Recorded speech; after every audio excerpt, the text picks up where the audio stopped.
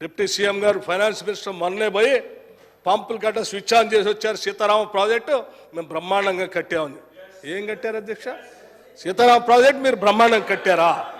అరే సీతారామ ప్రాజెక్టు కంటే ముందున్నటువంటి ఇందిరా సాగర్, రాజీవ్ సాగర్ కేవలం 1400 కోట్లతో అయిపోయి 1450 కోట్లతో అయ్యేటువంటి ప్రాజెక్ట్ని రీడిజైన్ చేసి 20,000 కోట్లకు పెంచి ఇప్పటికే 7 నుంచి 8,000 కోట్ల రూపాయలు ఖర్చు పెట్టి ఒక్క ఎకరానికి కూడా నీళ్ళు లేకుండా అన్యాయంగా ఖర్చు అవుతా ఉంటే నేను ఉప ముఖ్యమంత్రిగా, ఫైనాన్స్ మినిస్టర్గా, వ్యవసాయ శాఖ మంత్రిగా, రాష్ట్ర ముఖ్యమంత్రి రేవంత్ రెడ్డి గారు, ఇరిగేషన్ మంత్రి గారు, మీరు అందరూ కూర్చొని ఇంత సీనియర్ శాసనసభ్యులు మీరు కొత్త వారికి ఆదర్శం కావాలి. మీరే రన్నింగ్ కామెంటరీ చేసి 20,000 కోట్లు పెంచారు. అందరికి ఆదర్శం కావాలి కేటీఆర్ గారు. మీరు ఇప్పటికే 20,000 కామెంటరీ మీరే చేస్తే వాళ్ళేమనాలి? ఇదంతా ధనవంతులంతా తెలంగాణ ప్రజలే. ప్లీజ్ కూర్చోండి. ఏదో రకంగా రాష్ట్ర ప్రయోజనాలు తీసుకొని రావాలని చెప్పి ఆ కట్టిన దాంట్లోంచి ఇంకా 1,000 కోట్లు ఖర్చు పెట్టినా నీళ్లు ఇచ్చే పరిస్థితి లేనప్పుడు ఆలోచన చేసి నేను పూర్తి అంటారు అన్నమాట. Please SIT down. Please resume sir. I request please resume sir. అధ్యక్ష, మేము ఆలోచన చేసి ముఖ్యమంత్రి గారు భద్రాచలం వచ్చిన తర్వాత అక్కడ కూర్చొని ఆ ఖమ్మం జిల్లాలో ఉన్నటువంటి ఇరిగేషన్ ప్రాజెక్టులు రివ్యూ చేసి ఇన్ని 1,000 కోట్లు ఖర్చు పెట్టామే, ప్రజాధనం దుర్వినియోగం అయిపోతుంది, దీంట్లోంచి ఎంతో కొంత ప్రయోజనం వచ్చేటట్టుగా చూడండి అని చెప్పి అందుబాటులో ఉన్నటువంటి ఆలోచనలన్నింటినీ తీసుకొని కేవలం 70 కోట్ల రూపాయలతో అదనంగా ఒక లింక్ కెనాల్ కలిపి దాన్ని ఎన్ఎస్పి కెనాల్కి అనుసంధానం చేసి వైరా ప్రాజెక్టుకి అనుసంధానం చేసి ఆ ఎన్ఎస్పి అంటే లెఫ్ట్ కెనాల్ అనుసంధానం చేసి 1,00,000 ఎకరాలకి కేవలం 70 కోట్ల రూపాయలతో నీళ్లు ఇచ్చే కార్యక్రమాన్ని మేము చేపట్టాం. కేవలం 70 కోట్ల రూపాయలతోనే 8,000 కోట్లు ఖర్చు పెట్టారు. ఒక్క ఎకరానికి కూడా నీళ్ళు ఎందుకు లేపారు అధ్యక్ష? అన్ని చేస్తూ ఇంకా మళ్ళీ తౌదునమ్మా అని మాట్లాడుతూ ఉంటే తప్పనిసరి పరిస్థితుల్లో నేను గుర్తు చేస్తా ఉన్నాను అధ్యక్ష.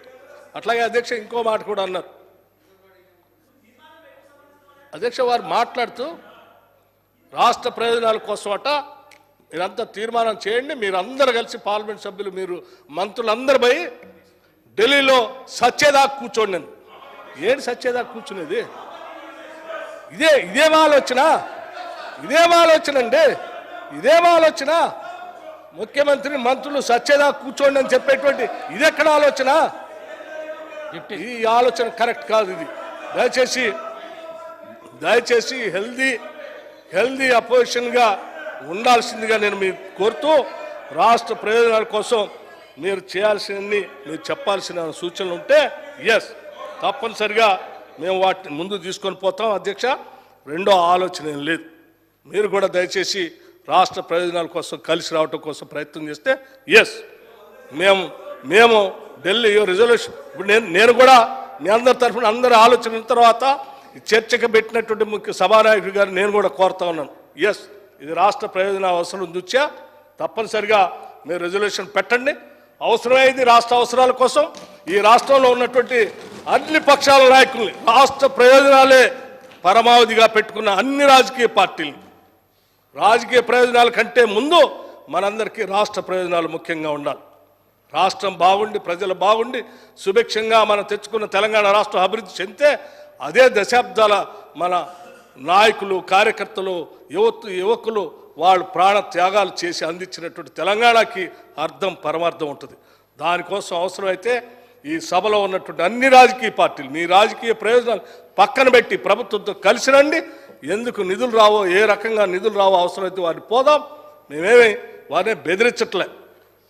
ఈ దేశానికి ప్రధానమంత్రి వారు, ఈ దేశానికి ప్రభుత్వం, అది ఈ దేశంలో భాగం మేము. ఈ రాష్ట్ర వాటాగా ప్రధానమంత్రిని కలుద్దాం, గౌరవంగా అడుగుదాం. ఇంకో సభ్యులు మాట్లాడితే ఏదో విషం జిమ్ముతున్నాం. మేము విషం జిమ్మట్లేదు.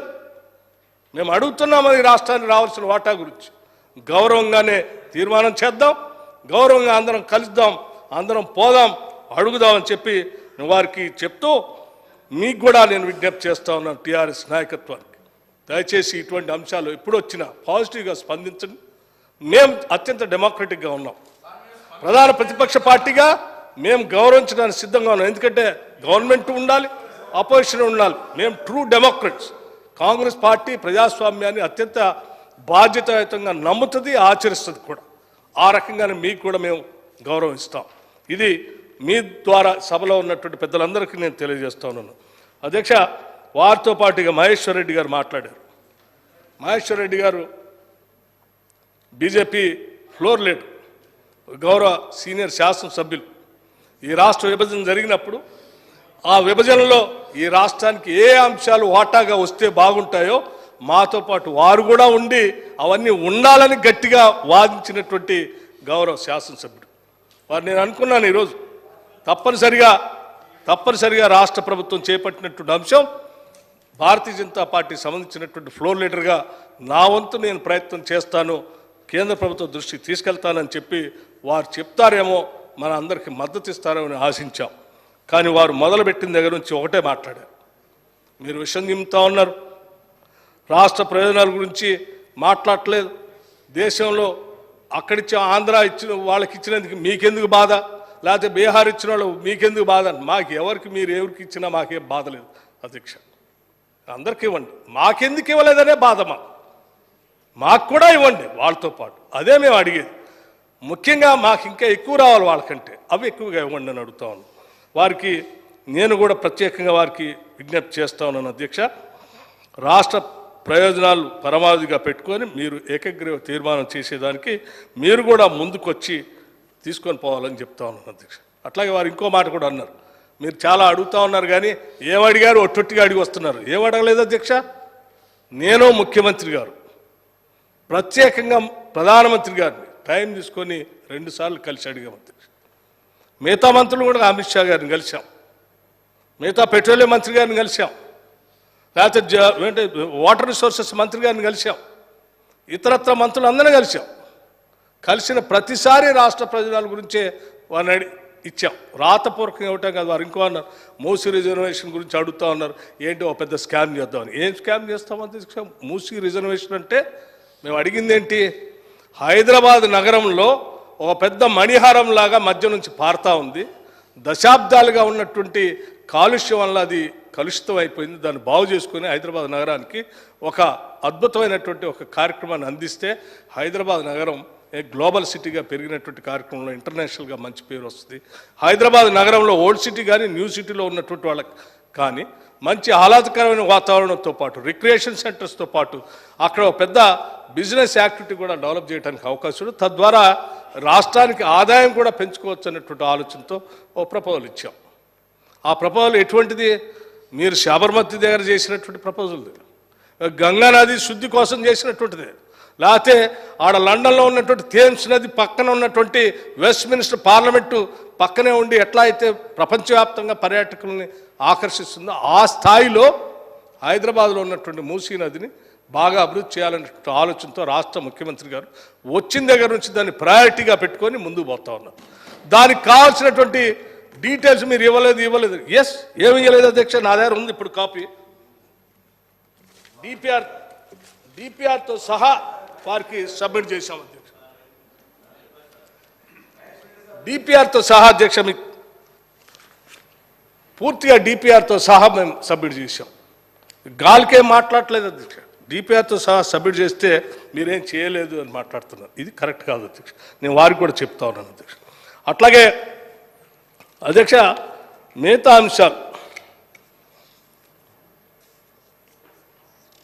కేంద్రం నుండి కోట్లు ఇస్తూ ఉన్నాము, మీకేంటి బాధ, చాలా ఇవ్వాల్సినవన్నీ ఇచ్చేసాము, లేకపోతే ఇంకేదో డ్రింకింగ్ వాటర్ స్కీమ్ సంబంధించి ఎంత ఇచ్చాము, అసలు టెండర్లు లేకుండా పనిచేసుకుంటారు. ఎంత మాట అధ్యక్ష ఇది? ఏదో ప్రభుత్వం ఒక వ్యవస్థ, ఒక సిస్టమ్ ఉంటుంది. అది కేంద్రం నుంచి మీరు ఇచ్చారు, మా వాటా కూడా ఉంది అందులో, మీ ఒక్కళ్ళదే కాదు.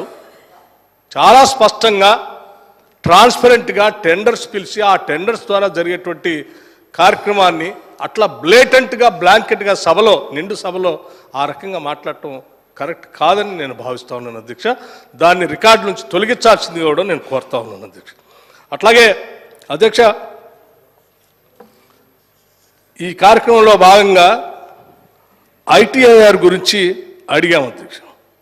ఐటీఐఆర్ అనేది నిజంగా తెలంగాణ రాష్ట్రానికే కాదు, హైదరాబాద్ నగరానికి చాలా అత్యంత అవసరమైనది. మనం ఇక్కడ ఆల్రెడీ ఎకో సిస్టమ్ డెవలప్ చేసి పెట్టాం. సాఫ్ట్వేర్ ఇండస్ట్రీకి సంబంధించి పెద్ద ఎత్తున ఇక్కడ ఇంజనీరింగ్ కాలేజ్లో ఫీజు రియంబర్స్మెంట్ ద్వారా కానీ, లేకపోతే సాఫ్ట్వేర్ ఇండస్ట్రీ సంబంధించి హైటెక్ సిటీ దగ్గర నుంచి ఉన్నటువంటి వ్యవస్థ కానీ, ఫైనాన్షియల్ ఎక్స్ప్రెస్ సిటీ లాంటివి కానీ ఒక ఎకో సిస్టమ్ డెవలప్ అయి ఉంది. దాన్ని ఇంకా ముందు తీసుకొని పోవడం కోసం రాష్ట్ర విభజన కంటే ముందే 2014లోనే ఐటీఐఆర్ ఆనాటి యూపీఏ గవర్నమెంట్ శాంక్షన్ చేసి ఇచ్చింది. సరే, వీళ్ళు ఎట్లా రాష్ట్ర విభజన జరిగింది, ఇక్కడికి వచ్చారు వీళ్ళు, ఆడ భారతీయ జనతా పార్టీ అధికారంలోకి వచ్చింది, టీఆర్ఎస్ పార్టీ అధికారంలోకి వచ్చింది. వీరు దాన్ని పట్టించుకోలేదు, వారు ఇవ్వలేదు. వీరిద్దరు 10 ఏళ్ళు గాలికి వదిలేశారు. మేము వాళ్ళు బయలుదేరి అయ్యా ఆ రౌండ్ ఇచ్చారు, దాన్ని తీసుకొచ్చి మనం అందిస్తే లక్షలాది మందికి ఉద్యోగ అవకాశాలు వస్తాయి, సాధ్యమైనంత వరకు దానికోసం పోరాటం చేద్దాం. ఇది అవసరమే కదా మనందరికీ? అవసరమా కాదా? మీరు చెప్పండి సార్, ఇది అవసరమా కాదా? ఇది అవసరం కాబట్టి దీనికోసం పోరాటం చేద్దామని చెప్తూ నేను ఇంకో విషయం కూడా చెప్తా ఉన్నాను. మీరు చెప్తారు కానీ డెఫినెట్గా సార్ మీకు ఇవ్వాల్సినంత టైం ఇచ్చారు గౌరవ సభాపతి గారు. మళ్ళీ కావాలంటే కూడా వారు కావాలంటే మళ్ళీ ఇస్తారు. ఇంకేదైనా సూచన ఉంటే కూడా మీరు రాసి పంపించవచ్చు. నేను హరీష్ రావు గారు ఇప్పుడే వస్తూ ఉన్నారు, ఇందాను చూస్తూ ఉన్నాను సభలో. సరే,